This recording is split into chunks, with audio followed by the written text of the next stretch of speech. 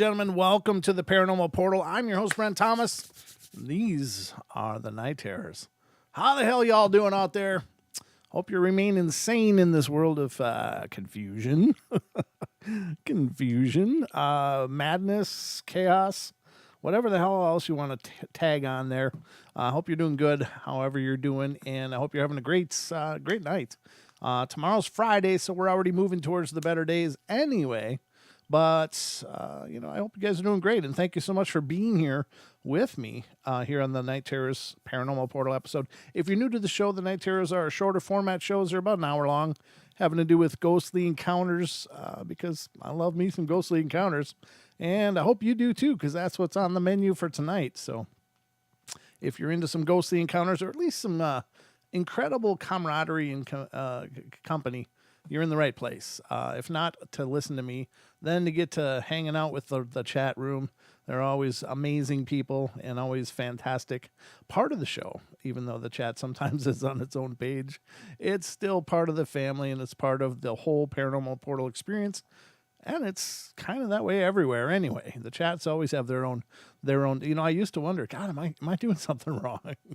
But in checking and then looking at other shows and stuff, there's always the whole different thing going on in the chat rooms. That's not unique to our show. It's just the way the chat rooms work, and that's cool. Some people get offended by that, and I understand. But other times, it's as long as you guys feel like you have family here and you have friends here, then I'm absolutely honored that you're here and sharing that sense of family and togetherness. That makes me feel good. So whatever you guys are doing in there, I hope you're having a great time.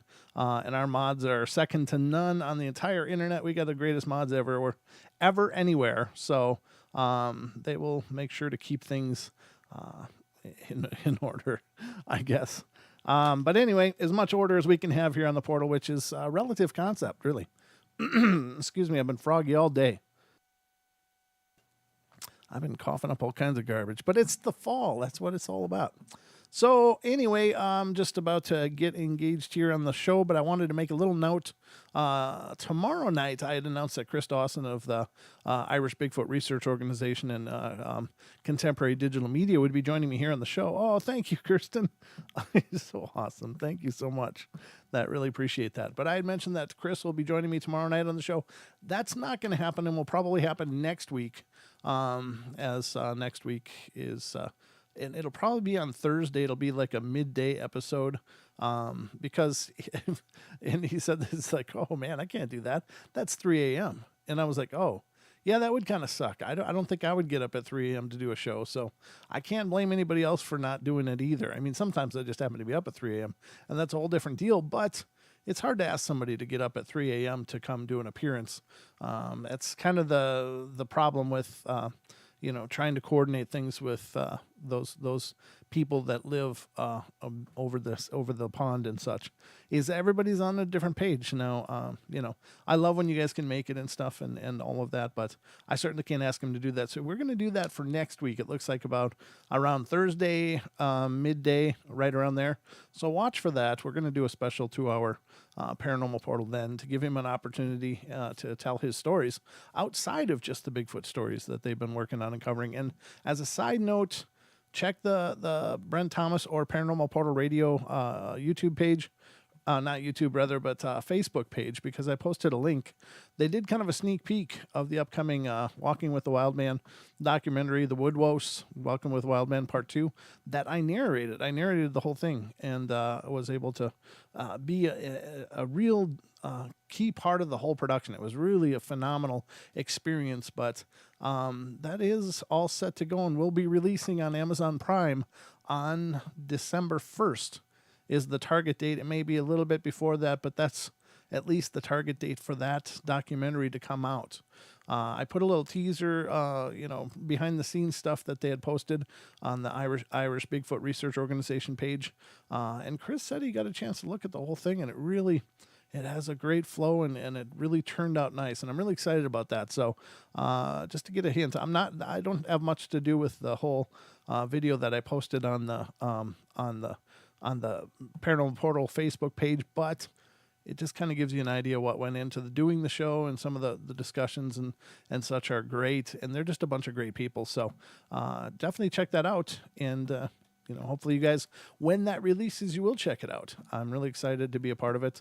It was an awesome and amazing opportunity, and I'm really excited to see how it's received. So that's a little bit of the laundry on the front end here, but other than that, throughout the course of our show tonight, I will be watching the phone lines. If you want to call in and be a part of the show, you've got something paranormal you want to share, I'd love to hear from you. The number for the show is 720-923-0500. And again, 720-923-0500. Or just look above my head right here, and you'll see where I'm pointing. There's a little, what the hell is that? Oh, those are numbers. That's the phone number. And I still have to blow that up at some point in the unforeseen future. But anyway, that is the way to call in if you want to be a part of the show. And if you don't want to be a part of the show, but you want to share your experiences, you can always email me at paranormalportalradio@gmail.com. Again, paranormalportalradio@gmail.com. So lots of ways to get in touch with me, and I'll be looking as much as I can. Just received a really cool clip, a sound clip from a listener of ours. And they had apparently recorded some Bigfoot howls off in the distance, and I got to listen to them. I did some work on it, trying to boost it and sent it back. But if I can get permission, I'll share those on the show, not tonight, but on an upcoming night. And there's a little bit of backstory to it, but pretty incredible stuff. I think. I don't know. It's either a Bigfoot or a dog, man. I don't know what it is, but it sounds huge. And it sounds pretty menacing. So look for that in the coming days anyway. So it'll just be me tomorrow. You haven't enlarged that number yet. No, sorry. It's always on my to-do list, but I keep kind of skipping parts of my to-do list. Because I get to things and it's like, oh, I really want to do this. Well, I should do that, but yeah, I'll get back to that. And then I go to this. You should see me clean. It's just an absolute disaster. When I try to clean, this is not like you really want to know this, but when I try to clean my house, I'll clean something and then I'll look somewhere else and see something else that needs cleaning in another room. So I'll go do that.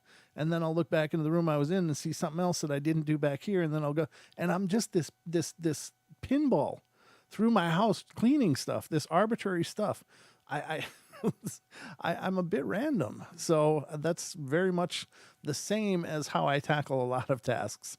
I am very, very busy, but I'm not always very, very regimented and focused. So that's kind of my Achilles heel in all of this. So yeah, I haven't blown them up yet, but darn it, those numbers are going to get big one day. You watch. You're just going to tune in and be like, oh my God, there it is.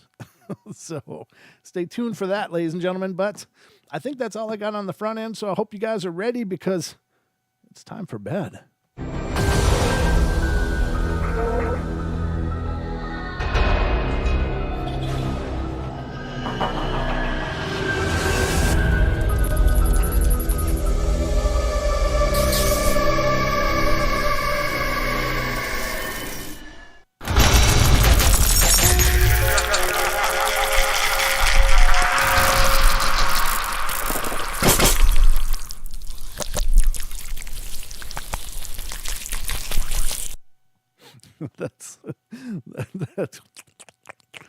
That noise just cracks me up. It's the most disgusting sounding thing ever. It's like watching a toddler chew on peanut butter or something like.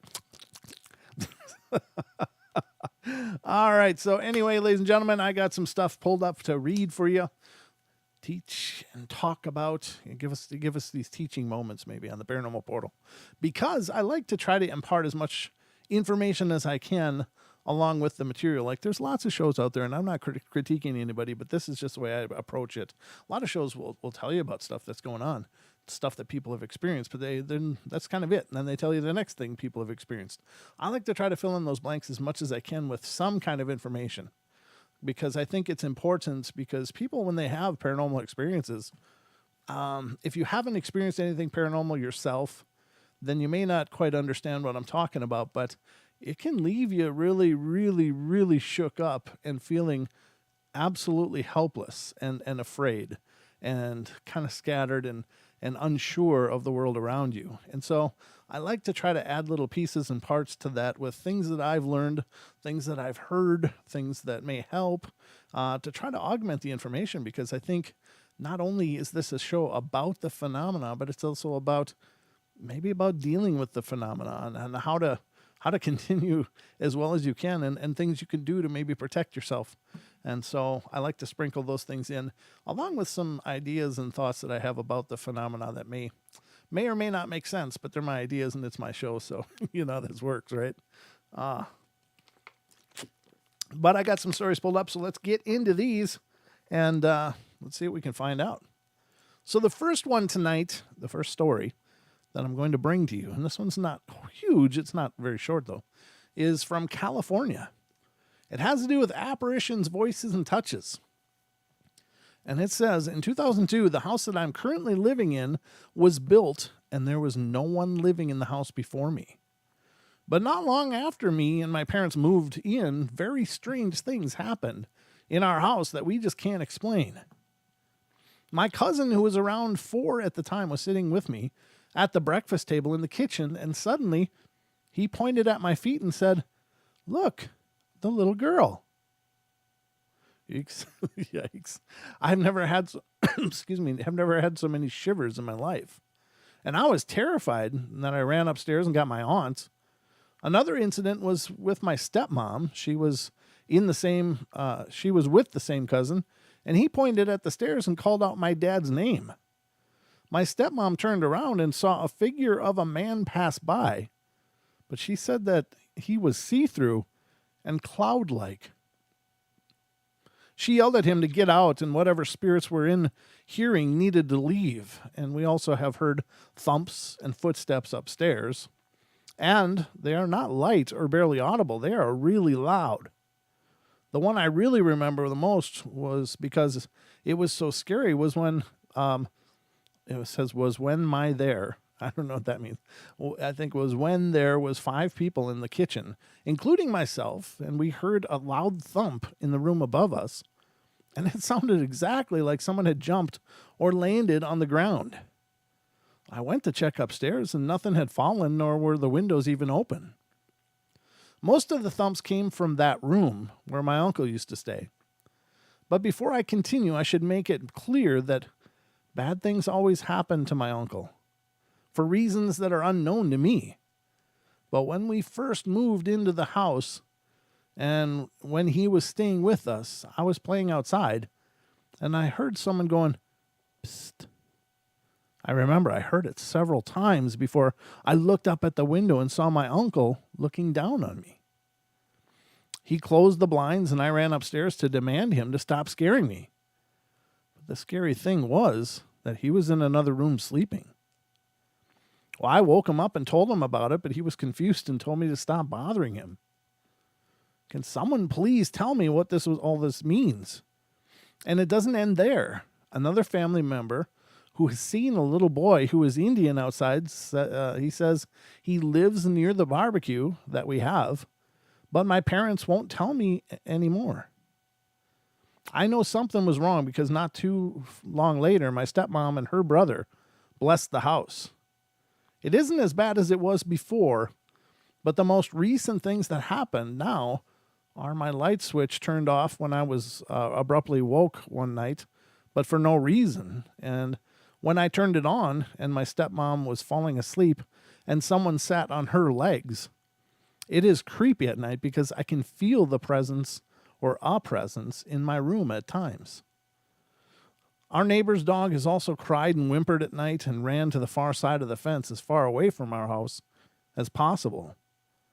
Not only bad things happen, though, my stepmom has smelled roses before, but whatever is going on, I just would like some answers if anyone can help me. It's the thing is, and the title of this was, "Can a Brand New House Be Haunted?"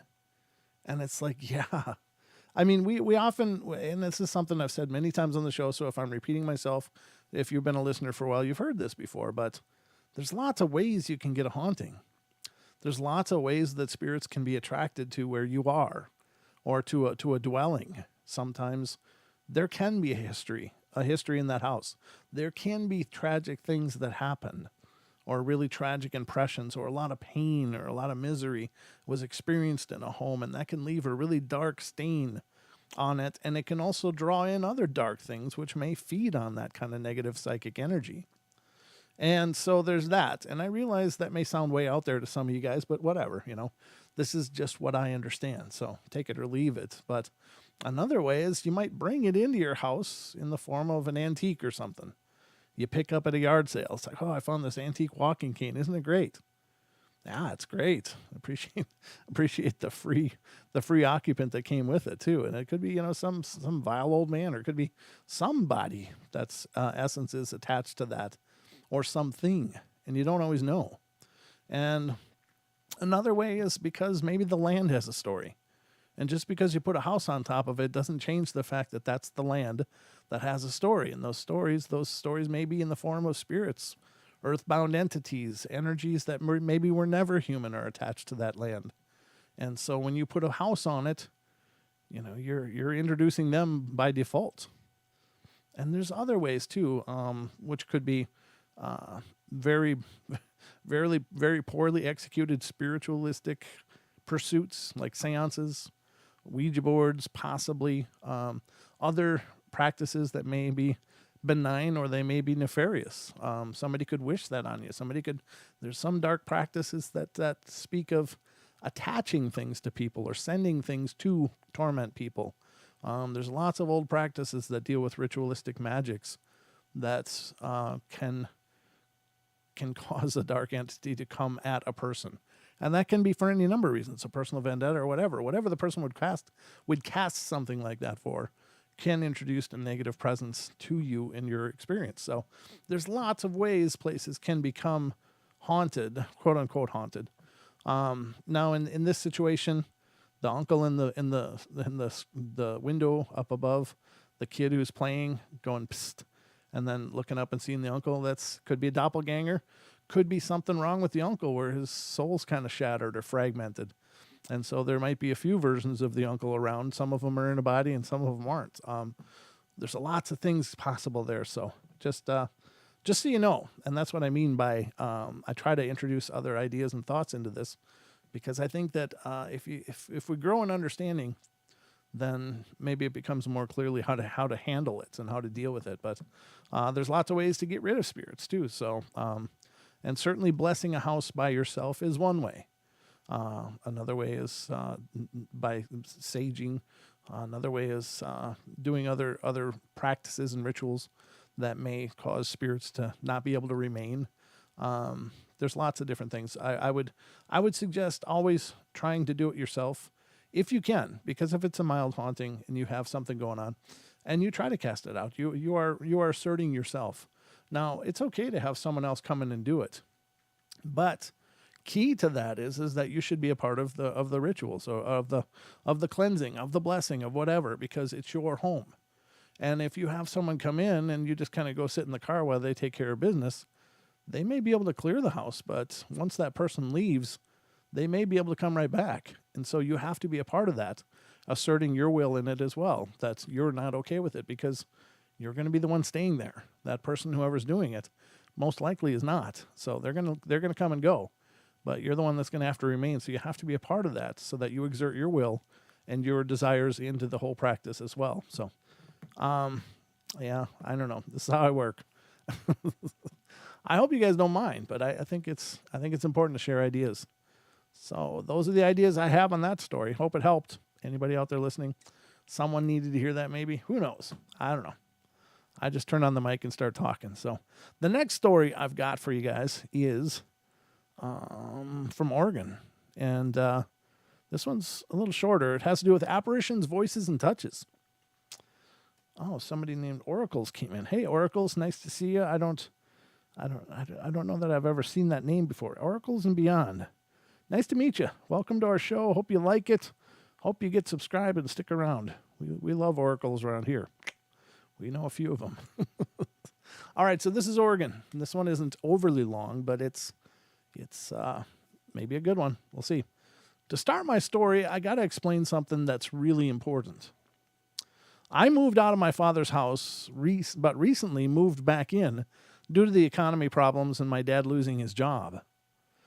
Well, this takes place when I moved back in. I moved back into my dad's home in mid-April. And over dinner, he explained to me that he'd been hearing weird noises in my room since I've been gone. He told me that he would hear someone moving around, shuffling through my belongings.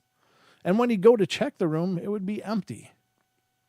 Something else to add, my dad never believed me about anything that I told him. He also told me that sometimes he would wake up to a man's voice saying, "Where? Where?" When I first moved in, everything seemed fine. Just a few noises here and there, but after a couple of weeks, things started to pick up. At night, I would wake up to scratching sounds on the walls. My computer chair would turn on its own. The chair is old and rusty, and you have to actually force it to move. It felt like everything was still the same. The only difference was when I said stop, it stopped. This past weekend, I had my two best friends, let's call them Mary and Emily, come over. It got late, so they stayed the night, and Emily slept in my room, and Mary and I fell asleep in the guest room. Well, I woke up at around 4:30, didn't really know why, but when I lay back down, I heard someone walking in the hallway. At first, I thought it was my dad, but then my bedroom door opened, and I heard someone walking around. Then my friend Emily screamed. I jumped out of bed and hurried to my room and turned on the lights. I could tell she was afraid and told me there was a shadow in the shape of a man just watching her. I had Emily jump in bed with Mary, and then when I was alone in my room, I said out loud, "That wasn't funny. Go away." I went back to the guest room and everything was fine. It seems like I have whoever this is haunting me under control. I don't really get it because when this first started, nothing I seemed to do or say would stop it. But now it listens. Does anyone have any idea of why this is? I think in any negative haunting, the very first thing you do is assert your control. Assert yourself.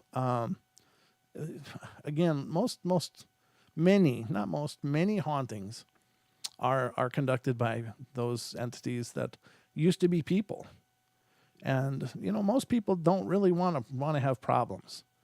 They, for the most part, just want to be left alone to do their thing. They may go for attention and they might act out, but if they were a person, they're probably going to behave like they would have in life.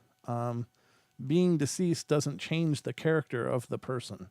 It just changes the dynamic of them. So they are still people in terms of their identity for the most part. But, if you say, "Hey, you may be here, but this isn't okay. You need to knock this off." Well, it's like anybody else. If you have a head-to-head with somebody, if the person respects you, they're going to listen to you. And if they don't respect you, then you got other things to deal with. But at least then you know. But the first thing you do is say, "Hey, I understand you're here. If you want to be here and are willing to live peacefully in love and harmony, that's great. This can be fine. But if you're not, you need to go. This is not okay." And feel that conviction. Exert that through you because that's your energy.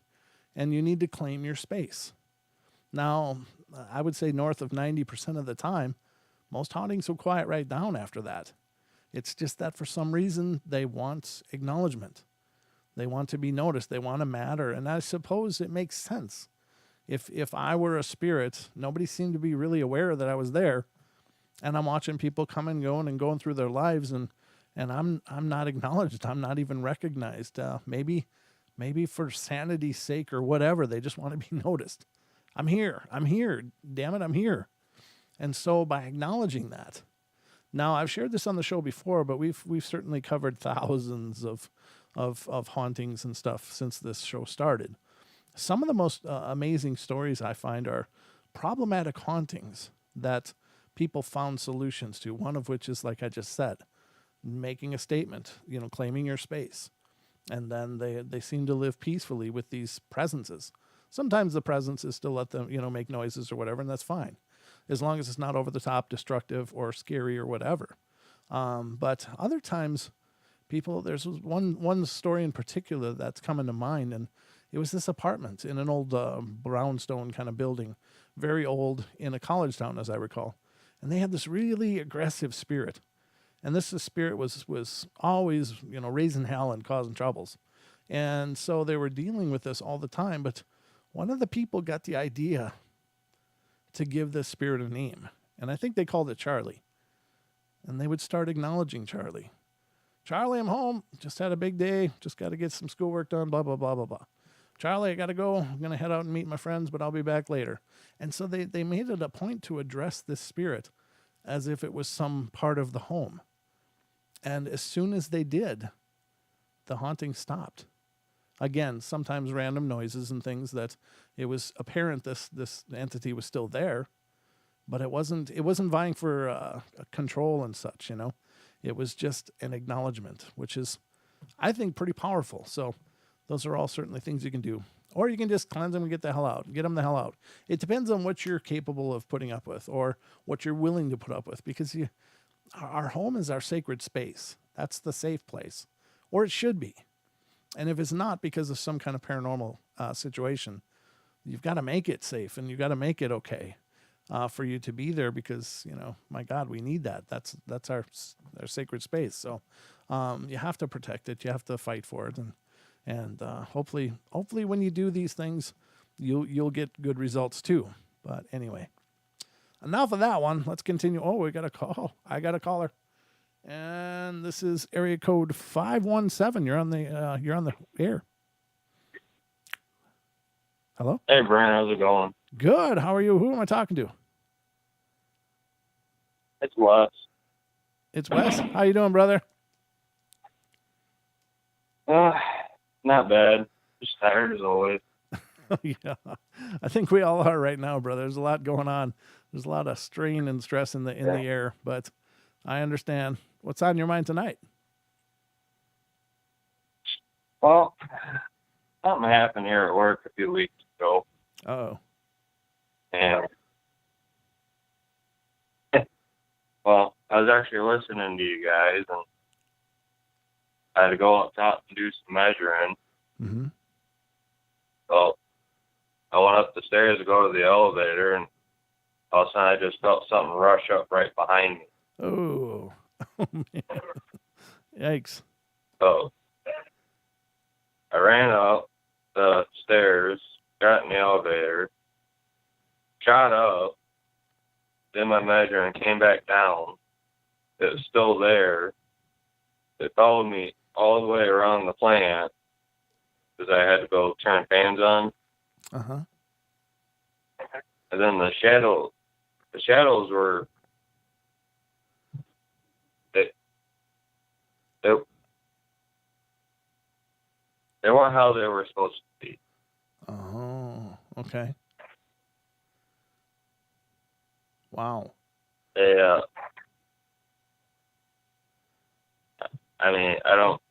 it's like they were moving, but they weren't.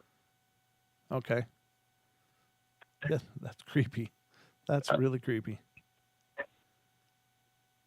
Is there is there a history at work that you know of, or have other people experienced weirdness? Yeah, my supervisor has. Apparently nobody else really has. Okay. He came in to relieve me one morning, and at the time I was cleaning some grain, and I was standing up by the office, and, excuse me. Oh, you're fine. He saw a white misty figure walk from where one of our telephone poles are. Uh-huh. It walked around the pole, and then it disappeared inside the building towards where I was working. Oh, no. Yikes. Well, I guess the next natural question is has somebody died there? Yeah. Yeah. Wow. Quite a few people, actually. Yeah, it's a grain elevator, right? Yeah, but it was, it was still a co-op back then. Okay. But it wasn't anybody working here at the elevator. Mm-hmm. During World War II, they had a German POW camp around here. Oh man. Wow. Well, apparently they had the Germans in a car or they were walking. I don't know exactly the whole story, Mm-hmm. but they got hit by a train Oh. at the crossing that's Mm-hmm. probably about 50 yards away from it. Wow.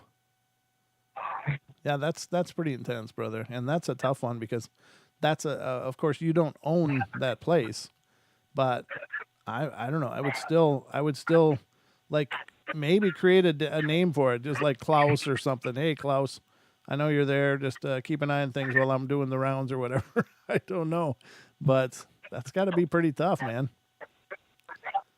Well, I mean, I'm used to some of the certain spirits around here that don't really do nothing. Okay. But there's one in the A house. He lives down in the basement, I think. Uh-huh. I just call him Charlie, Oh, good. Okay. and he gets kind of pissed off if you stay down there too long. Wow. That's And then there's just a couple other ones around here that just kind of wander. But I've never felt this one before. okay. Well, that's interesting. I wonder if there's a portal or something going on there. A what? A portal of some kind, maybe something, maybe one of those tragedies like that happening might have tore open a portal of some kind or something, I know.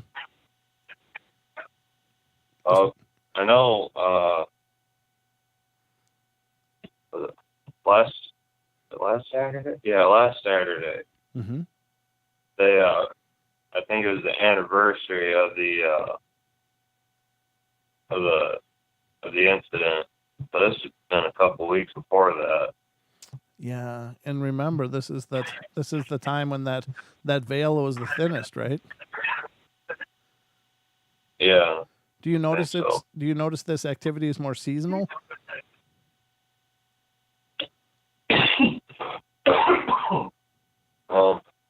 Really, the most activity I see is when I'm here all the time. Okay, so it's pretty consistent. But I mean, like in the off season, I'm not here a lot. Okay. Okay, so you're usually in there during the harvest season. Yeah. Okay. Yeah. No, that makes perfect sense. I would just be curious if is anybody around there in the off season or not really? No, not really. I mean, may have an occasion where I gotta stay a night over or something to do transferring, but okay. I need to get some old cameras and yes, some voice recorders and set them around here. That would be really interesting. Even now when you're busy, just to put a voice recorder in that basement for, and then get it the next time you're down there and see what you found. Yeah. Wow. That's intense. Well, be careful, man. Be careful. You sound like you're dealing with it pretty well though. Yeah. But this isn't your first rodeo either, is it? Not exactly. Well, that's intense, man. I really appreciate you sharing that with us. Be careful, though. I mean, you never know if you're going to get something trying to latch onto you. So, good luck to you. Keep us posted, though, man. I want to keep hearing more. I will. All right, Les. Thank you so much for talking to me tonight and being a part of the show. No problem, man. All right. Have a good one. All right. Good night. Yeah, that's tough when it's your work. It's your workplace. That's a whole different animal because you can't really claim ownership in the same way. Like it's your house, you're paying for it, and I guess you're an employee. You're part of the business, so you can claim an ownership in that same way. But yeah, that's got to be an interesting place to work. I hope he does that. I hope you're still listening, and I hope you will put out a recorder of some kind. You can get those ones that are like voice activated, so it takes a noise to activate them and leave them, over an extended period of time, and they'll only record when there's sounds. And I don't know, how much sound there is in that basement. Maybe there's always sound, and therefore it would always be triggered. But if there was a way to put it in a quiet place that's usually quiet, and then if you can catch some things. But just remember this. You can't unhear it. Once you've heard it, you're going to know every time you go into that space that that's what happens down there. And it can sometimes there's the old ignorance is bliss. Like you can know something's there and have a hunch or suspicion. But you can also just say, well, it could just be my imagination and deal with it, psychologically. It's like profiling it. Like, yeah, there might be some down here. There might not, though. And you can leave it there. But once you have evidence, once you have hard proof of that becomes your reality then, that every time you go into that space, there might be something down there that screams horribly or, is running around throwing things when nobody else is around. And that adds another level of reality to it, I mean, once there's no longer the ability to just write it off or just think you might be making it up in your mind, when you know something is real, it can also create a much more tense situation. So sometimes not knowing is even better. I mean, if you're doing okay with it the way it is, maybe it's the best to leave it alone. But if you are curious, then yeah, it'd be neat to hear or see if something could be caught on camera or if something could be recorded, because I mean, that's kind of the journey, right? That's the journey we're on. So, but whatever you do, brother, keep us posted. I definitely want updates on that if you don't mind. Thank you for calling in again. I appreciate that. Okay, so let's continue on our journey tonight. I don't know, it feels like I've been talking for a while, but I guess I have. Wow. Time has gone faster than usual. This one's a little longer. This one's a lot longer. Oh my God. This is a huge story, but sometimes these really long stories are really amazing. And this is coming from Pennsylvania, of all places. Kind of a hot topic lately, that old Pennsylvania, huh? I tell you what. Oh God, when will it end? I miss the world we used to live in, man, where it wasn't this hard. Everything is so much harder now, and maybe it's because we know a lot more than we ever did, and we had the wool very firmly pulled over our eyes in the past. And it's that whole, hey, we're fun, we're good, we're the good guys, and then once you realize how deep the shenanigans can run, it's just like, oh God, it makes you miss the times when you didn't know. I guess it's the same thing as a haunting. When you don't know for sure, it can be whatever you want it to be. But once you know for sure, or you believe you know for sure, it creates a whole new level of ugly. But anyway, let's go to Pennsylvania and see what this is about. This is about a haunted place. It says, I'm a student at East Stroudsburg University in Pennsylvania. This recent semester, I moved into an off-campus apartment with 5 new roommates. I soon would learn about a sixth. Our apartment was decently sized with a living room, kitchen, long corridor, and 3 bedrooms, each of which was designed for 2 people. Before starting my story, I should explain some history about East Stroudsburg University. The town had once been a mining town, but no longer houses any abandoned mines. It's located in the middle of the Pocono Mountains, which is about 2 hours away from Philadelphia and New York City. There are several noted stories about hauntings in or around the school, most of which stem from a severe flood in the 1950s that killed almost 200 people. The most famous haunting takes place in one of the dorms where the ghost of a girl who hanged herself allegedly tends to revisit her old dorm room whenever one roommate is out. My first experience with our ghost came in the middle of the day at around 3 p.m. There were 4 of us sitting in the living room, when suddenly a calculator came flying off the kitchen table and landed in the middle of the floor between us. My roommates didn't think too much about it, but we spent the rest of the day attempting to derive a logical theory about how this could have happened. Needless to say, we couldn't. The next experience came when the Super Bowl playoffs were going on in late January one Sunday. Myself and 2 of my roommates were watching the game on the television in the living room, and we had recently brought a plastic storage bin into the apartment to use as a cooler. And we left the cover off the bin in the hallway, leaning against the opposite wall. And our door was wide open while we watched the game, and the hallway was completely empty. I had a good vision of the entire hallway out of the corner of my eye.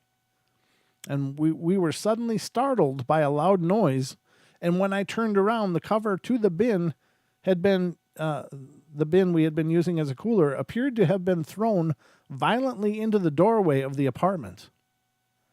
I then got up and knocked on all our neighbors' doors to ask if they had done something, but most of them were either not around or undeniably occupied. After this, I came to hear noises from my roommates. I came to hear stories from my roommates, rather. One story involved a roommate of mine waking up in the middle of the night to find a sweatshirt of his hovering in the air as if being put on by an invisible person. A few more stories described televisions being turned on and off, unsightly drafts, and the sighting of what one roommate believed to be an old woman in his room hiding behind his bed. Well, that's creepy. That's just creepy. Despite all of the activity, one of my roommates remained a skeptic until one night when he and his girlfriend were alone in the living room. My roommate explained how he'd gotten up, walked into the kitchen, but upon walking past the hallway, sighted a college-age kid standing in the other end and appearing transparent. The figure was completely invisible below the waist and was dressed in winter clothing. At last, he too admitted we had a ghost in the apartment. Weeks later, it was the birthday of another roommate. His bedroom had been decorated with helium-filled balloons, and he and his girlfriend laid in bed together at about 5 p.m. To their surprise, one balloon suddenly drifted down off of the ceiling and out the open door as if being carried by somebody. The rest of us were seated in the living room, and when we saw this balloon, still about 5 feet off the ground, travel up the hallway, through the kitchen, and out of the apartment door. We immediately concluded that the wind took the balloon, but soon determined that this was impossible because the hallway ceiling is covered in pipes and vents, and would have surely stopped the balloon dead in its tracks. Whatever took the balloon out of the apartment needed to have the ability to navigate through the hallway and kitchen and around the furniture. With all of us agreeing that a ghost had to be present, we decided to hold an EVP session late one night. The people attending the first session were just myself and 2 of my roommates. We had an electronic tape recorder, and I set up the video camera feature on my laptop before turning it onto the 3 of us in the living room. We turned off all the lights and began recording. We asked about 20 questions in the pitch black and heard no responses at all during the session. There was a point, however, about 3/4 of the way through the interview when we all simultaneously began to feel uncomfortable, and my roommate suggested that the far corner of the room was giving off a terrible vibe. To which we all agreed and stopped the session. We then proceeded to play back our recording. Of the 20 questions we asked, the first response came about 7 questions in, when my roommate asked, "Do you know who we are?" On the recording, and almost instantly came in a clear male voice, someone answers, "Uh-huh." A few questions later, my roommate asks, "Where do you live in the apartment?" To which a male voice whispered, answering, "I don't." About 16 questions in, my roommate asked, "Can you make something move?" And the same voice replies, "Make something move." And finally, when my roommate said, "I don't like the vibe I'm getting from that corner," in a clear man's voice with clear Pennsylvanian accent, it answers, "Nope." I don't know what a Pennsylvanian accent is, so that's the best I can do. Nope. Needless to say, we were done with EVPs that night. We played the recordings for our other roommates, and they did not believe they were real, despite the fact that the clear voices were obviously none of ours. We decided we'd do an EVP session that night, this time a little bit earlier, and try to learn more about whatever we captured on the tape recorder. We again set up the same equipment for night 2. The second night of EVP recording had all 6 of us sitting around the living room in similar fashion. It started out rather slowly as we asked question after question, still yielding no answers. My roommate at last decided to say, "We will give you a minute of silence to make your presence known." And we all remained quiet. It was about 30 seconds into this minute when I heard something.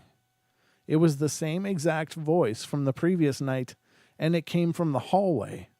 The voice very clearly said only one word. Hello?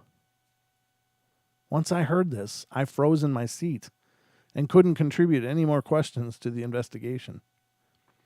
My roommates continued to ask questions and eventually migrated to the hallway, where we once again asked for the spirit to make a noise so we knew it was present.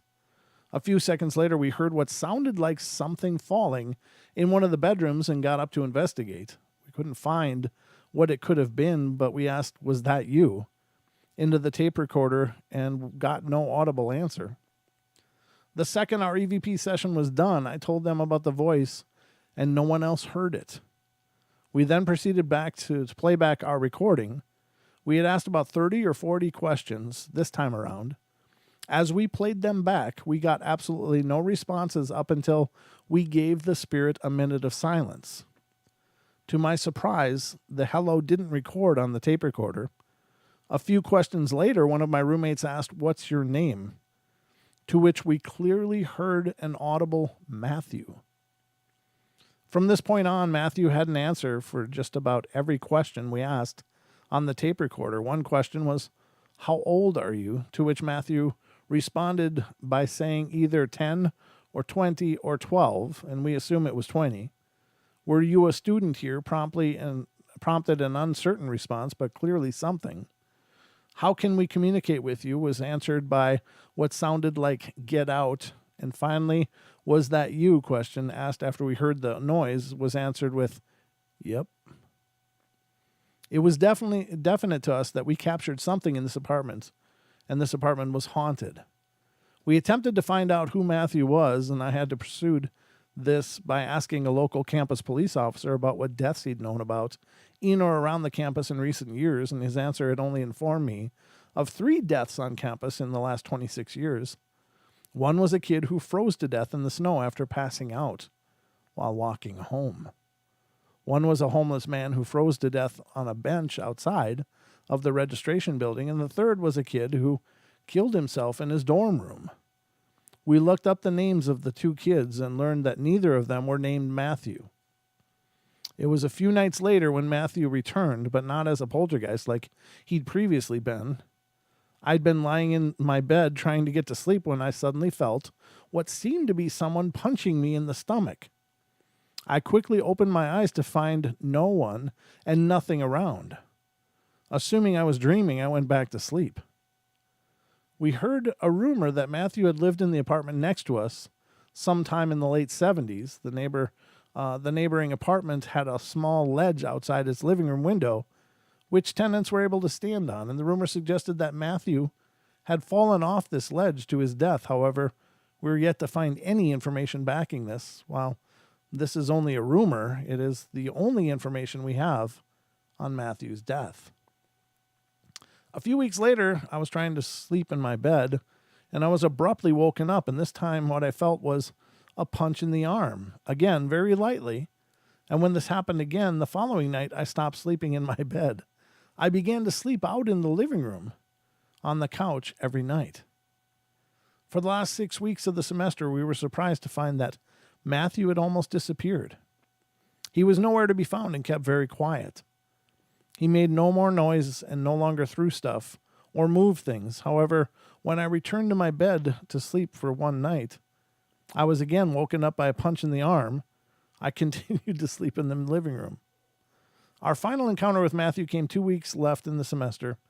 It was again about 3 p.m., and myself and one roommate were seated in the living room watching television, and while we sat, a football suddenly rolled out of a storage bin in the corner and across the floor until reaching the other end of the room.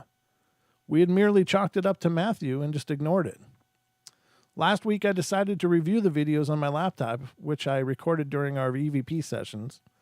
Both videos prompted their own eerie addition to our story. In the first video, there's an eerie light which rises up in the far corner of the living room, right where the storage bin was, at that exact moment when my roommate asked, "Where do you live in the apartment?" And Matthew answered, "I don't." The light only lasts for the duration of Matthew's response. The second video proved to me that I was not insane. When we decided to give Matthew a minute of silence, you can hear clearly on my computer after about 30 seconds, hello?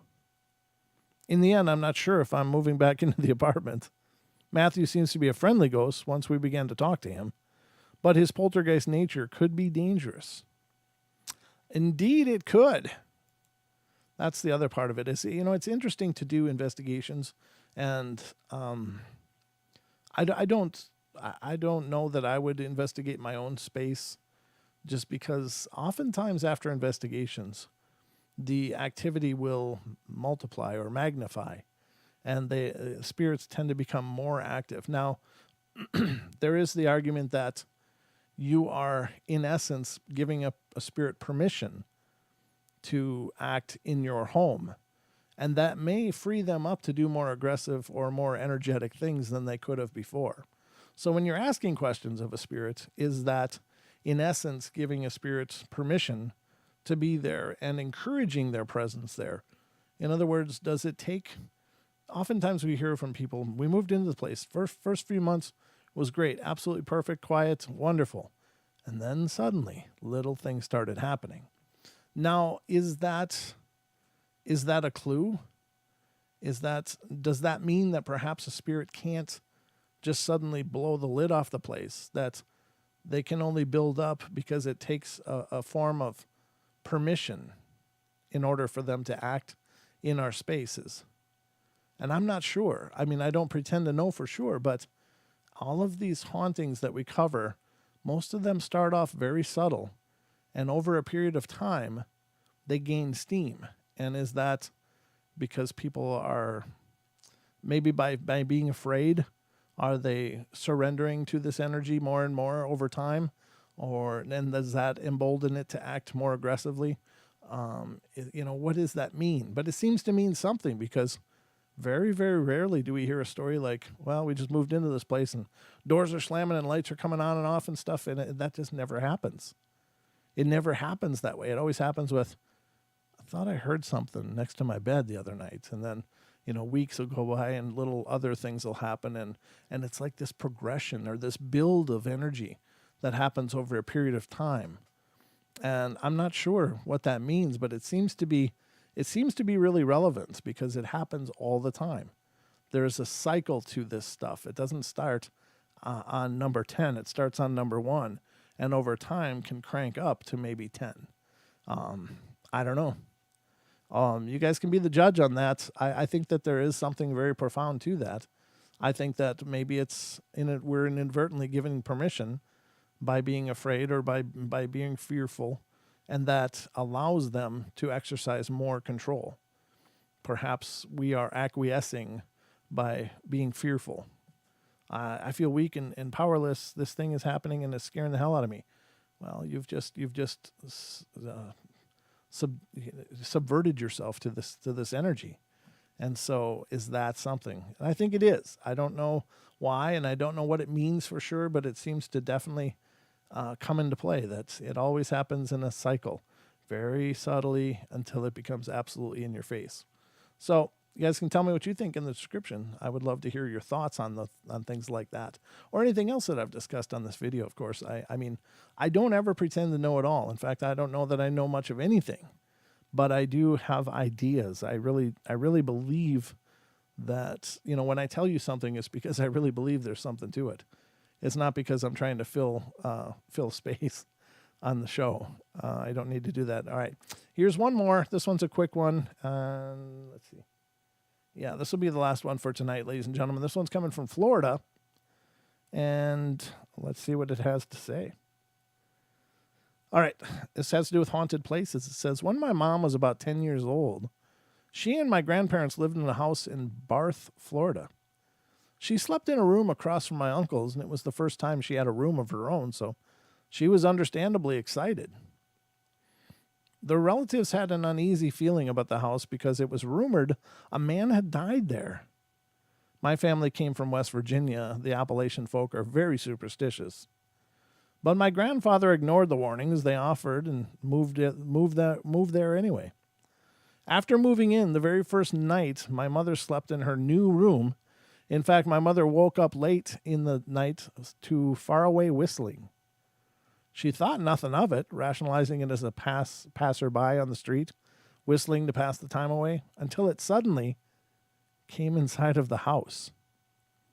She could hear its footsteps clicking across the floorboards, coming closer, and hid under the covers when it entered her room. It walked around her bed, paused for a moment, and then left. Terrified, she ran to my uncle's room and never slept in her own room again until they moved away. The reason they moved was that my grandmother never felt safe in the house. Every time she was alone, she'd feel a presence, so she nagged my poor grandfather to leave until he eventually agreed. Yeah, that's so creepy. God, it's such a mind game. That whole whistling or that walking, those disembodied footsteps walking around. What a horrible thing to do to somebody. I mean, you don't know what it is. Could be some grotesque creature you can't see, or it could just be some, person ghost. You don't know. And either way, both of them are creepy. If you don't really know what's there and it's circling your bed and you're hiding, oh God, poor kid. I don't blame her for not sleeping in her own bed. All right, folks. Well, I hope you enjoyed this journey. It's not too many of you here tonight, which is okay. There doesn't have to be a big crowd. I love doing the shows. If there was 5 of you here, I'd be thrilled. But I'm extra thrilled that there's 50 of you. So thank you guys for being here and being a part of what I'm doing. I'll be back tomorrow night, 2-hour Friday show, ladies and gentlemen. I'm going to whip up some fun. That cancellation from Chris just came today, so I'll be putting together the best show I know how to bring you tomorrow night. We'll see what I can whip up between now and then, but I hope you guys are doing great. Thank you so much for being here. Obviously, keep listening to the podcasts. Every Sunday we put out new podcasts, so if you haven't heard our podcast before, it's not the same as the YouTube. It's a whole different show, whole different in interviews and discussions than what you're seeing on YouTube. So if you want to see the podcast, go to Pandora, Spotify, iHeart, iTunes, Google Play, CastBox, Stitcher, wherever you get your podcasts from. Do a search for Paranormal Portal, and you should find us. We've got hundreds of episodes out there. Hope you'll find some shows you like, and spread the word, please.